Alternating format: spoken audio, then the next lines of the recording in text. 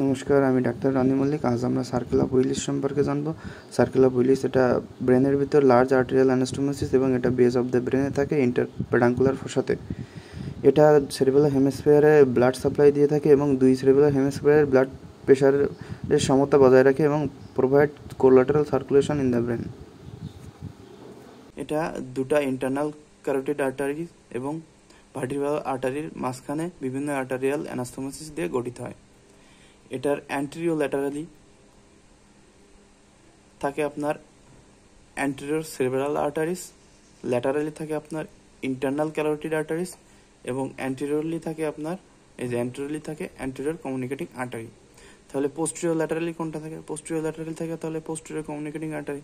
আর posteriorly কোনটা থাকে? Posteriorly থাকে আপনার posterior cerebral arteries. Vertebral artery is the branch of the subclavian artery. এই ভার্টিব্রাল আর্টারি দুটো একসঙ্গে যুক্ত হয়ে বেস অফ দ্য ব্রেনে তৈরি হয় বেজিলার আর্টারি। বেজিলার আর্টারির টার্মিনাল ব্রাঞ্চ হচ্ছে আপনার এই যে পোস্টেরিয়র সেরিব্রাল আর্টারি। এই পোস্টেরিয়র সেরিব্রাল আর্টারি পোস্টেরিয়রলি থাকে আপনার কার? Circle of উইলিসের।